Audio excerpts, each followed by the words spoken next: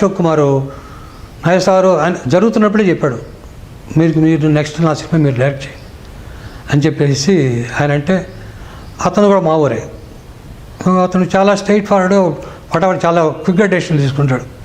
మాట అంటే మాట, ఆయన నాయుడు గారు కానీ ఎవరైనా సరే ఒక మాట ఇచ్చారంటే మాత్రం ఇక దాని మీద వెనక్కి వెళ్తూ ఉండదు. ధ్రువ నక్షత్రం టైటిల్ పెట్టలేదు అప్పుడు. ఇంకా ఎవరితో చేద్దామంటే రాజశేఖర్తో అనుకున్నాం. ఒక యాక్షన్ పిక్చరు, ఒక ఆల్ ప్యాషన్ యాక్ట్ చేసిన సినిమాని, ఆ సినిమా చేద్దాం అనుకున్నాం.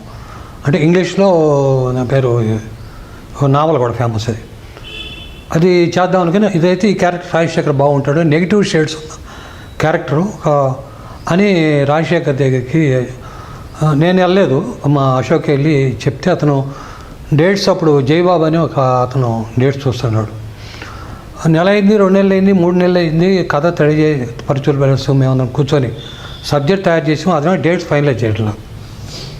ఇదిగో ఇప్పుడు చేద్దాం అని అతను వెనక్కి నెడతా ఉన్నాడు. నాకు అర్థం కాల. సరే ఒకరోజు నా పెద్ద ఆయన, ఏంటి నాగేశ్వరరావు ఏం చేస్తున్నారు మీరు, అసలు కథ రెడీ అయిందా అంటే ఏంటంటే, ఇది ఇట్లా రాజశేఖర్ గారిది డేట్స్ ఫైనలైజ్ అవ్వలేదు సార్, అందువల్ల నేను కొంచెం వెయిట్ చేస్తున్నామని చెప్తే, ఒకసారి ఏంటి ఆ కథ నాకు చెప్పండి అన్నాడు. కూర్చొని కథ చెప్పాను ఆయనకి. బాగుంది కదా ఈ కథ, ఓ పని చేయండి, అతను రాజశేఖర్ ఎప్పుడు ఇస్తారో తెలియదు కదా, ఓ పని చేయండి, ఆ ప్రాజెక్ట్ ఆయన పక్కన పెట్టేసేయండి, వెంకటేష్ బాబుతో చేయండి ప్రాజెక్ట్ అన్నాడు. వెంకటేష్ బాబుతో మీరు చేయండి, కాకపోతే బాబు ఒక 2 నెలలు పిక్చర్లు అయిపోతాయి, అప్పుడు స్టార్ట్ చేసుకుంది అని చెప్పారు. అనుకొని అశోక్ తోటి ఆయన కూడా కో ప్రొడ్యూసర్గా, నాయుడు గారు బ్యానర్ వేరు బట్ ఆయన దగ్గర నుంచి చూస్తున్నాడు. కరెక్ట్గా అప్పుడు మా స్టూడియో కన్స్ట్రక్షన్ పూర్తయ్యి రోజు టైం అనమాట. సో ధ్రువనక్షత్రం ఆల్మోస్ట్ ఆల్ ప్రతి సీన్లో కొన్ని అక్కడ ఒక బ్లాక్ రెడీ చేయటం, అందులో ఒక హాస్పిటల్ లేకపోతే ఇది ఒకటి ఆయన రూమ్ కానీ ఇట్లా అట్లా ఎక్కువగా నా సినిమాతోటే ధ్రువనక్షత్రం జరిగిందన్నమాట. బాలకృష్ణ గారు మలయాళంలో ప్రియదర్శన్ ఒక సినిమా చేశాడు. ఆ సినిమాని వాళ్ళు రైట్స్ కొన్నారంట.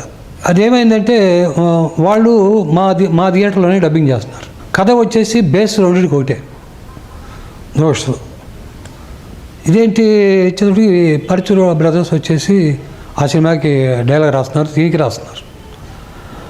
వచ్చేసి కథని అప్పుడప్పుడు వచ్చేసి వాళ్ళు, మేము ఎప్పుడు మా సురేష్ బాబు చెప్పాడు, ఒకే టైప్ కథ అన్నప్పుడు మీరు అక్కడ ఇక్కడ చేయటం అంత కరెక్ట్గా ఉండదామంటే, లేదండి బాలయ్య గారితో నాకు ఛానల్ సినిమా చేసి బాలయ్యతో మేము చేస్తాం కదా, మీకే ఇబ్బంది రాకుండా మీకు అసలు ఆ ఛాయలు రాకుండా చేస్తాం అంటే ఓకే.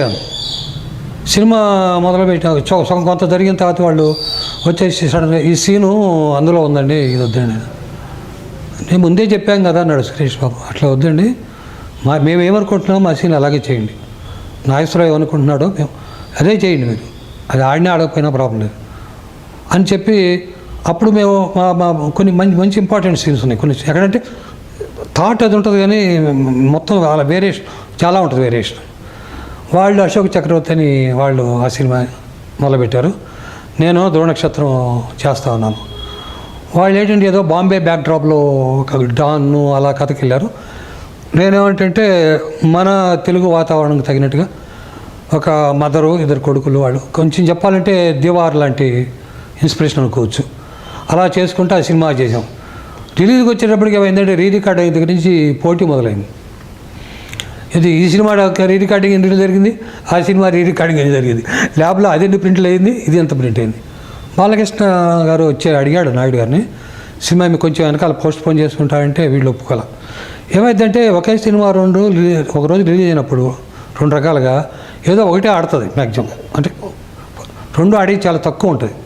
పైపించి ఏంటంటే వెంకటేష్ బాబు అప్పుడు ఒక మార్కెట్లో ఉన్నాడు, ఏమైనా తన మార్కెట్కి దెబ్బ అవుతుంది. అందులో నుంచి లేదు బాబు మేము చూద్దాం ఏది ఎట్లా ఉంటుందో, 2 సినిమాలు ఒకే అయితే అందులో రిలీజ్ చేశారు. నేను వెళ్ళాను, తిరుపతి వెళ్ళాను, జయశ్యామ్ థియేటరు, బీవార్ వాళ్ళ ప్రతాప్ కాంప్లెక్స్.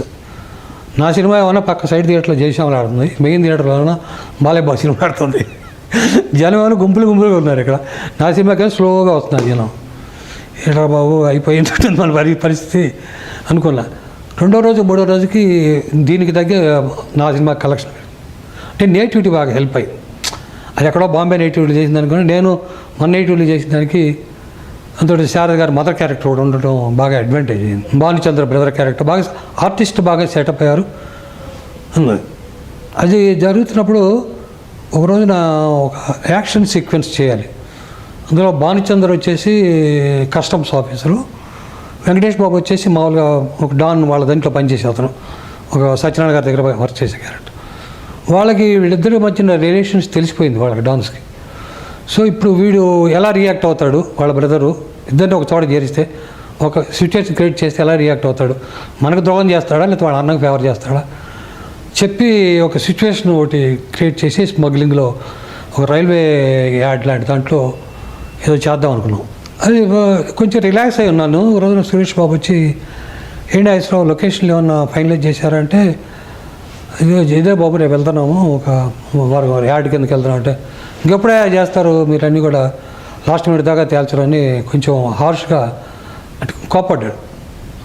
నాకు ఎవరైనా ఏదైనా మాట్లాడితే ఇక తొందరగా అంటే ఎక్కడో మనం తప్పు చేస్తున్నాం ఎందుకు కరెక్ట్ చేయకూడదని చెప్పేసి ఏమంటే, నేను మెడ్రాస్ నుంచి హైదరాబాద్ వచ్చినప్పుడు కానీ మా ఊరు వెళ్ళేటప్పుడు మధ్యలో గూడూరు సూళ్ళూరుపేట దగ్గర అప్పుడు ఈ ఇంజిన్స్ ఉండే బొగ్గు ఇంజిన్లు ఉండే, అవి అక్కడ సర్వీసింగ్ వచ్చాయి. ఆ బొగ్గు ఇంజిన్లు కూడా అక్కడ సర్వీస్కి వచ్చి ఒకటే రొద సౌండ్లు ఆ సౌండ్ ఈ సౌండ్ చాలా బాగుండేది, ఒక డిఫరెంట్గా ఉండేది లొకేషన్ రైల్వే న్యూస్. మా అశోక్ చెప్పి అశోక్ ఇట్లా ఆ లొకేషన్లో చేద్దాం అశోక్ అంటున్నాను. ఓకే ఏముందని అన్నాడు. ఇమీడియట్గా సికింద్రాబాద్ వెళ్ళాడు, రైలు నిలయంకి వెళ్ళాడు. అక్కడ ఎవరో ఆఫీసర్ని పట్టుకుంటే ఆయన్ని కన్విన్స్ చేసి లాలగూడలో ఆ లోపల పర్మిషన్ తీసుకున్నాం. వాళ్ళు ఒక 5 కోట్ల రూపాయలకి ఇన్సూరెన్స్ అడిగారు. 5 కోట్ల రూపాయలకి ఇన్సూరెన్స్ అంటే ఇప్పుడు మన సినిమా బడ్జెట్ కన్నా ఎక్కువ అది. సరే ఆయన ఒక సలహా చెప్పాడు, ఒక 1 మంత్కు 2 మంత్స్లో కట్టండి ఇన్స్టాల్మెంట్, కట్టేస్తే ఆ తర్వాత వచ్చి లేకపోతే పోతే పోదులేని ఆయనే సలహా చెప్పాడు. సో తీసుకొని ఆ ఫైట్ మొదలుపెట్టాం.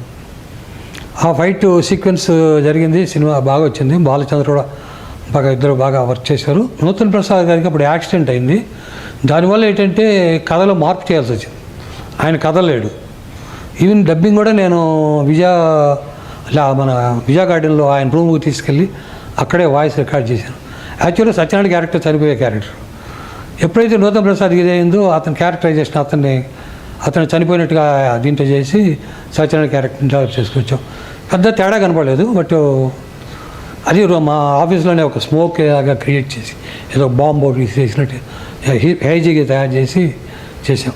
రిలీజ్ వచ్చేటప్పటికి ఇక ఆ టెన్షన్లోనే నేను ఈ సినిమా టెన్షన్లోనే అలా ఉంటూ ఉండగా అయిపోయింది, సినిమా అయిపోయింది. ఇట్స్ ఓకే, బాగానే ఆడింది, ఆ సినిమా బాగానే ఆడింది. ఈ వీడియో మీకు నచ్చితే లైక్ చేయండి, షేర్ చేయండి, వెంటనే సబ్స్క్రైబ్ కూడా చేయండి.